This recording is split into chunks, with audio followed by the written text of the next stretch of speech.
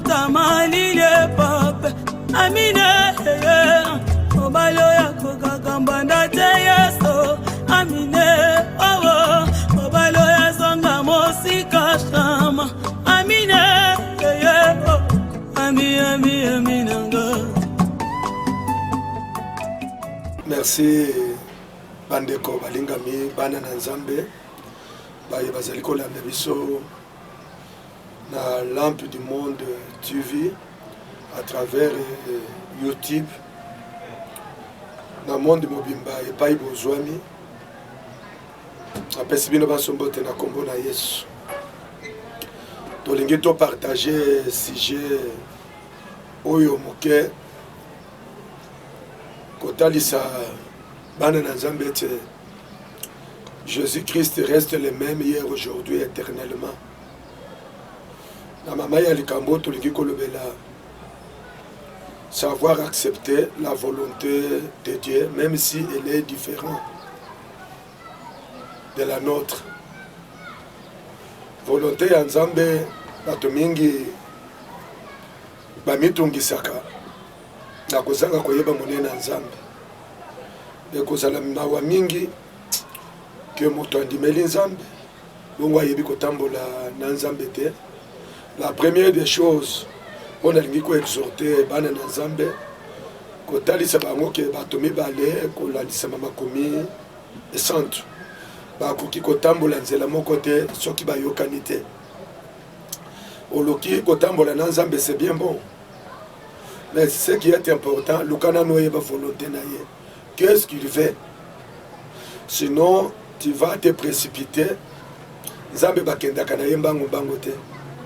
Ebele ya bato baza kolinga ete Nzambe asala volonté na bango et non bango basala volonté na Nzambe. C'est ce qui amène plusieurs dans la perdition. Na sepeli to partager na bino sujet oyo mwa muke sujet ezali nini. Soki totangi na mokanda na 2 Chroniques toza na mokanda na Nzambe na 2 Chroniques 36 verset 20. Nabucodonosor amena captif à Babylone ceux qui échappèrent à l'épée et ils le firent assujettir à lui et à ses fils jusqu'à la domination du royaume des Perses. Nzambe apambola bino libota na Nzambe. Israël ezalaki libota privilégié epai na Nzambe. Na mabota ya mokili mobimba Nzambe aponaki Israël lokola libota oyo esengelaki Messi azala ici. Mais tala bato Nzambe aponi bakendaki à l'encontre ya volonté ya Nzambe. Dans quel sens? Ole batambola selon volonté ya Nzambe oyo aponaki bango baboyaki ko se soumettre na volonté ya Nzambe. De temps en temps bazalaki kozonga, de temps en temps bazalaki négarément. Et quand dans Nzambe à cet instant eyaki kokite pai na Jérusalem pe na Juda. Cela à maintes reprises 2 ou 3 fois. Koboya kosala volonté ya Nzambe kolinga ko imposer Nzambe volonté na bango. Nzambe atindelaki bango mosakoli Jérémie à son temps. Moko na basakoli ya Anatone. Anatone ezali ville moko à 4 km na nord ya Jérusalem. Azalaki mosakoli à son temps. Ayaki kosakolela bango ete kanda na Nzambe kala mingi te ekokita likolo na Jérusalem pe Juda. Bato balingaka Nzambe ya na marto, Nzambe ya na mopepe makasi, Nzambe ya na bakake, Nzambe alobaka na bopete kaka lolenge tozali koloba. Oyo nyonso azolandanga azolinga mona loboko na Nzambe. La première des choses on alingi kolobela ezali ete koyeba ko se soumettre na volonté ya Nzambe. Aye koyebisa bango kala mingi te kanda na Nzambe kokita. Baseki bacholi. Cela était arrivé au moment où Nzambe alingaki ko agir.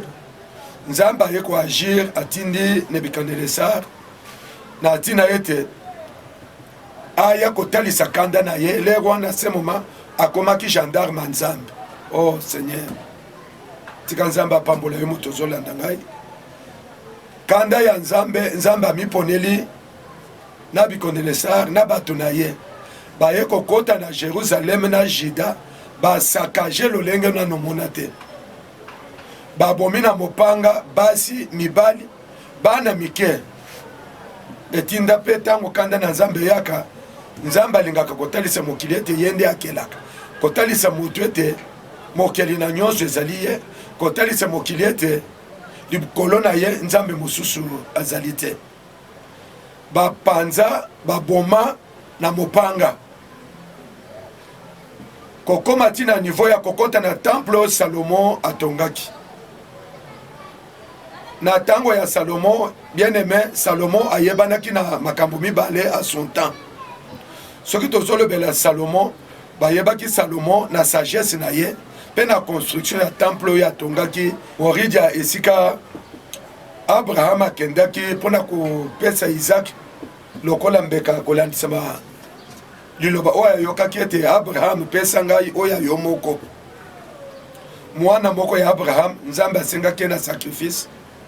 Nde esika roi Salomon à son temps sur inspiration ya David ete atongela nzambe alola ndako na kolobete nzambo ya lola vandaka na ndako etongami na maboko na bato te atongelaki ye ndako na esika na mo orija esika wapi Salomon asepelaki atongela nzambe ndako. Ndako wana nde à son temps roi oyo Nabucodonosor ayaki akoti na ndako etongamaka na lolenge na yango selon modèle ya nzambe. Akoti azwi ba ustensile à temple amemi yango y compris ba sacrificateur ba prophète na peuple ya nzambe amemi bango ti na Babylone. Kuna bazalaki captif. C'est que oyo ezoko sepelisa ngai ete nzambe alola oyo akaniselaka bato oyo aya ata sumuki oyo aya ata akei mosika akosala maso ke abenda ye liso na ye elandaka bayenge bene na ye. Bien que bato bamemaki en captivité na Babylone, nzambe liso na ye ezalaki likolo na bango. Kuna nzambe aye kotinda mosakoli na ezoloba nini? Esika oyo ngai namemi bango na bowumbu yebisa bango batonga bandako bavanda na bandako wana balona banzete balia mbuma na yango babalela bana na bango ya mibali basi babota basi pe mibali bapesa bana na bango ya basi bana mibali babota basi babota mibali se multiplier diminuer. C'est que bien que la captivité mais liso na nzambe ezalaki likolo na Juda pe likolo na Israël. Nzamba pambola motomoko et pa yo ozolanda ngai et selema kibongo oyo ezosepelisa ngai eza nini? Nzambe oyo alola tango alingi baoya ye akontrolaka bango partout aveyaka sur bango liso na ye meme na se ya mai meme wapi meme na boloko nzambe alandaka aveyaka sur bango po eza mpona mwa ntango après mwa ntango azongisa bango na présence na ye. Posa ya nzambe ezalaki ete Juda na Jérusalem batombokelaki nzambe apesaka etumbu me azongisi bango na présence na ye. Quel que soit moment oyo ozotraverse, quelle que soit situation oyo ozotraverse epai nini ozwami na mikili ya États-Unis, na Europe, na Asie, na Océanie, na Afrique, soko oza ya nzambe okotikala ya nzambe. Bamomo oyo ozotraverse elembisa yo maboko te kokanisa te ke lokola makambo ezotambola te seke nzambe abosani yo te. Baoya nzambe quelque soit temps lisu na yezaka likolo na bango tala nzambe atindi bango na bowumbu me azotinda mosakoli Jeremie ayebisa bango nini? botonga bovanda na bandako bolona banzete boliambuma na yango pona nini ayebi projet nini bible ezoloba nini nzambe oyo alola aza na projet ya malamu pona baoyo aye. Je connais les projets que j'ai formés sur vous. Projet de paix et non de malheur. Quelle que soit la captivité bazalaki, projet ya nzambe, bilaka na nzambe, ezalaka toujours epa ya bawe ya ye. Même na boumbu, même tango yozole kisa, rien ne semble marcher, tout est bloqué. Ozo tourner de gauche à droite, osala musala ozo futa mate. Oluka musala ozo zwa te, okende na commerce ezo simba te, okende na libala ezo simba te, obokola bana ezo simba te. Oui, kangama na nzambo ya Yesu Kristo. Yende aza na projet de paix et non de malheur. Boumbo y bakanga yo, quel que soit ba loi ya libota, quel que soit mitungisho yo zanango, makito bakoti ete yo bongate, mais il y a un Dieu quelque part. Ce Dieu là, oya memaki Jidana Jérusalem, la captivité, il veillait sur eux. C'est pourquoi je suis en train d'exhorter quelqu'un pour vous dire que ce Dieu là, il n'a jamais failli, il ne change pas. Lokola ponaka Jida, ponaka Jérusalem, azalaka moto ya nyongo, ya kokokisa maloba na ye.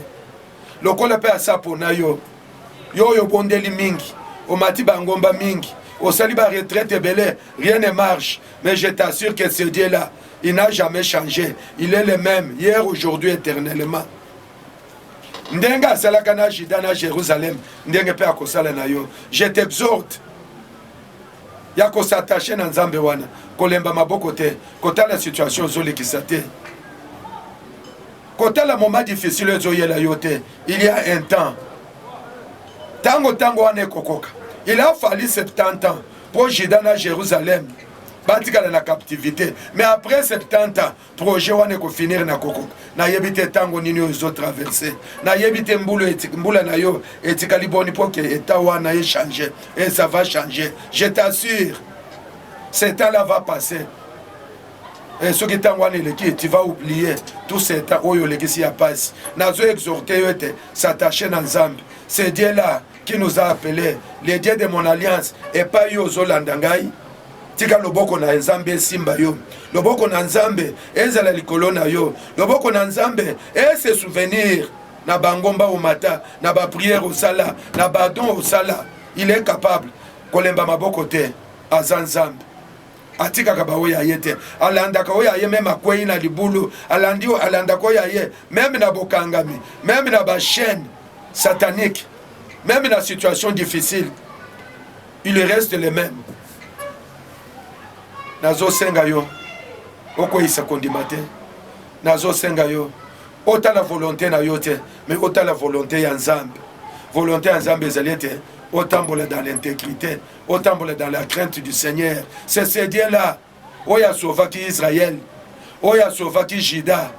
Après 70 ans passés, ayaki ko ramener bango na Jida pe na Jérusalem, ba sepelaki, ba tatolaki monene na Nzambe. On azolingeza nini? Yo pe otatola monene na Nzambe wana. Atika ka ba oya yete. Otatola monene na Nzambe wana. Oyebaki ya un Dieu. Il a son temps. Il a sa volonté. Soumets-toi à sa volonté. N'impose pas à Dieu ta volonté. Je sais, ta volonté est allée au Somba Mituka. Ta volonté est allée au bal. Ta volonté est allée au voyager. Ta volonté est allée au Tonganda Kwamonen. Ta volonté au vivre une vie. Loko la pe basus. Mais basus wana oyebi trajectoire na bangote. Oyebi te et pas ibaleka. Il n'y a pas de zéro sans histoire. Ce qu'on tourne histoire à Motowana, à Koyebisa yo, combien Lukan Nzambe, combien Nyokwama, combien Fingama, peut-être yo monier ou monio yazalelo. Moi je vous assure, c'est un Dieu qui fait à son temps.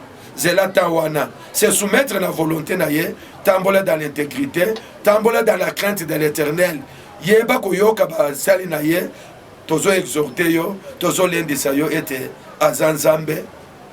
Oya sala kana ngonga na ye tika nzambe apambola yo, tika nzambe amona yo, tika nzambe nayebi ke motema eza ya kobukana, nayebi ke osi olembi, peut-être olembi kokende même losambo, peut-être olembi koluka nzambe, peut-être otiki kosala oyo ozali kosala. Non, il reste le même, hier, aujourd'hui, éternellement. Bozala patient, boyeba kozela temps ya nzambe, il est Dieu. Pendant ce temps que Jérusalem na Juda bazalaki na captivité na Babylone epai ya roi oyo Nebukadnezar, tala bato na mokili oyo basimprovisaka. Il y a eu un prophète à son temps na kombo Anania, sans toutefois concerter nzambe, sans toutefois koyeba volonté ya nzambe. Il est venu devant le peuple, yoka maloba na ye, ainsi dit l'Éternel. Ainsi dit l'Éternel. Ainsi dit l'Éternel na yazolo banini. Pendant que Nzamba lobaki Juda na Jérusalem bakozala la captivité pendant 70 ans. Aye, azolo bana Jérémie. Jugo ezana kingo na yo. Na kolongola yango dans 2 ans. Pour dire que dans 2 ans, ye a décidé que ayoka kimawa, alinga ki asunga Nzambe. Pour que 70 oyo nzambe atiaki ye anile yango asala bonganga na ndenge na ye, l'ainsi dit l'Éternel na yazolo banini dans 2 ans bokobima na boumbo. Tango Jérémie ayoki alobi oui très bien, olobi bien na yoki oyo olobi naza mosakoli na koboya te, otangi kombo ya nzambe, otangi kombo ya l'ainsi dit l'Éternel, nzambe oyo salelaka, nzambe nga na salelaka, mais à savoir bayebaka mosakoli ya solo tango azolo balikambo ezoko kisama. Soki ekokokisama te ekozala l'ainsi dit l'Éternel te, ekozala nde baposa na ye. C'est ce que nous vivons à ce temps. Oyo bato bazonyokwama, oyo bato bazosala mosala mbongo ezosimbama na maboko te, oyo bato bazoluka epai ya kokende koluka vie na poto na États-Unis epai oyo ozali ozosala, mais rien ne marche. Il y aura des prophètes, ils sont partout. Bakoya koyebi soki nazolongolo pasio. Est-ce qu'à calculer temps ya nzambe? A calculer tango nini nzambe abongisi apambola yo? Anania ekoloba nini? Dans 2 ans bozobima na boumbu. Tango kaka lobi boye Jérémie alobi ok merci. Soki ezali volonté nzambe, gloire à Dieu. Ce n'était pas la volonté de Dieu. Tango asali cérémonie, asali bonganga na ye, ya ye bonganga nzambe, ou ezalaki posa na ye. Qu'est-ce qui était arrivé? Au même moment quand dans nzambe yeko telema nzambe yeko lobanini lokola yo lobi boy olobi posa na yo yanga ite dans 2 ans kozala na bomo ite basakoli bakomona makambo bao basimprovisa bao bezala balobaka volonté du Seigneur te balobaka posa na bango pour un gain bolanda bango te. Il y a un temps où il y a volonté ya nzambe, silence ya nzambe, je dis bien elingi koloba te kaza absent.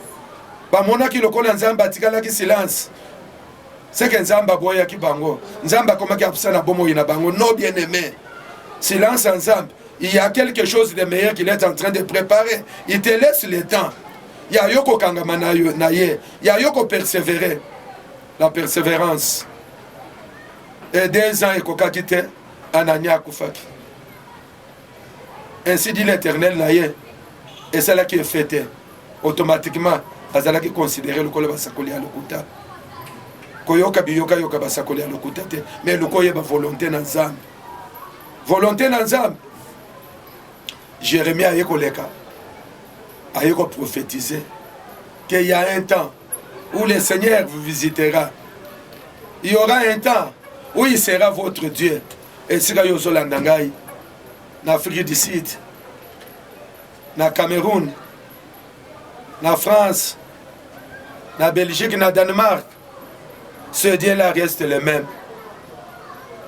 Yeba koto sa volonté na ye, ko imposer yo volonté na yo te. Volonté ya nzambe kangama sala o ezali posa na ye tango ezali mabe tolengela mikolo po tango eza tango ya pasi. Nazo pambola yo esika ozwami bien aimé, esika yo zolanda ngai oso suki. Oh, merci pour Suki. Nzambe azelaki yo suka. po ekomami ete esika mayele moto esukaka nde ya nzambe ebandaka pendake nazomona ndenge motema esuki pendake nazomona ndenge makambo eyelaki yo makasi lokola osuki maintenant là c'est ce temps là que je peux dire à Dieu que lokola ya yo esuki ya yebandi soki ya yebandi yo okomona bolamu na ye soki ya yebandi yo okomona ete pasi wana yo lelaki okobosana yango posa na ngai ezali osala volonté ya nzambe yango nde teme na ngai même soki ezali contraire na volonté na yo mais on se soumettre na volonté ya nzambe wana tango yo se soumettre quelque chose se passera dans ta vie soyez bénis nazopambola bino akanisi minute epesemelaki ngai ezalaki ya koexhorte yo ke Jérusalem na Juda en dehors ya volonté na bango bayaki kose plier na volonté ya nzambe tika bonganga banganga bakufa tika magie bamagicien bakufa tika baloge bao bakotaka baloge basukaka yebaka après vie oyo il y a une vie qui t'attend de l'autre côté bien aimé il y a une vie où nous serons avec le Seigneur il y aura 1000 ans où nous allons nous réjouir et après 1000 ans il y a l'éternité mokili ekosa yo te comme ma vie na lombango te comme ma vie na précipitation te comme ma vie te po moninga tombami oh nayebi mokolo moko kolo Yesu mbisi mibale mapa mitano ayebisi bayekoli butu eye botika bato oyo bazonga na bamboka bakende kuluka biloko ya kolia Pierre atali akamwe mpona Pierre c'était impossible na bayekoli mosusu balobi ebele ya bato boye mboka nini bakende kosomba biloko ya kolia même soki tolobi topesa bango biloko ya kolia biloko nini oyo ekokoka nombre oyo mais nzambe ya miracle le Seigneur Jésus-Christ asengi mbisi mibale na mapa mitano amultiplier yango asengi tata bato balie plus de 12 000 hommes et femmes sans compter les enfants balie batondi pe etikalaki mais problème nanga na ngina loba nini tango Yesu abondeli mpona mapa na mbisi alobi bovanda na molongo atandi bango na matiti bavandi na molongo chose terrible bango nyonso bazwaki mbala moko te ezalaki na moto ya liboso moto ya mibale chacun à son tour bango nyonso bazwaki pe réserve etikalaki balokotaki bamorceau oyo etikalaki ke bamosusu mpe oyo bazalaki te balia c'est ce que je suis en train d'exhorter il y aura ton tour oyo azwi liboso tika yaleka ya mibale ya misato et ton tour viendra okozwa mpe ekotikala okobombela mpe réserve wana mpe bamosusu nzambe apambola bino nalingi nabondela patience efutaka volonté na nzambe nde nzambe azosenga ete osoumettre tika koimpose nzambe lokola na ye soki nzambe asali te na kotika nzambe bien aimé je t'informe ke soki otiki nzambe aza capable ya kolokota meme mabanga kokomisa mabanga bana ya Israël ti a tout intérêt ya kosattache na nzambe oyo tika nzambe apambola bino nalingi nabondela mpona yo moto kolanda ngai à travers YouTube na Lampe du Monde TV yo moto ozolanda ngai nalingi nabondela longola découragement longola souci yango nde arme monene ya diable situation ozotraverse eza diable alinga profiter na yango kopesa diable passe te bien aimé dans le Seigneur kopesa ye tente ya korégner na vie na yo tu as un Dieu vivant tu as un Dieu capable ya kosala ezali posa na yo tombola maboko likolo epai ozali nalingi nabondela mpona yo Seigneur Dieu de grâce tu n'es pas seulement un Dieu de près mais tu es un Dieu de loin epai ndeko moko mwasi ndeko moko mobali alandaki ngai alandi exhortation oyo tika yo osimba ye opesa ye kimia tika yo pambola tika yo otala taya oyo akoki ta na ye oyo ekoki kotika ye na retard te me opambola ye lola fongwama osalela bango bolamu batatolaki ya un Dieu merci tika ya lola apambola bino azala nzambe na bino napamboli bana na ngai oyo bazali na Cape Town na Afrique du Sud, Godé Tchebwa na ndeko na ye Pauline, Doris Kabango, Christian Mukendi fils à papa, bino nyonso nzambe alola apambola bino bawe bazolanda ngai Marika dimanche na mboka Paris na molongani na ye Valentin Zambo nazali mosali a visiter bino. Bye bye.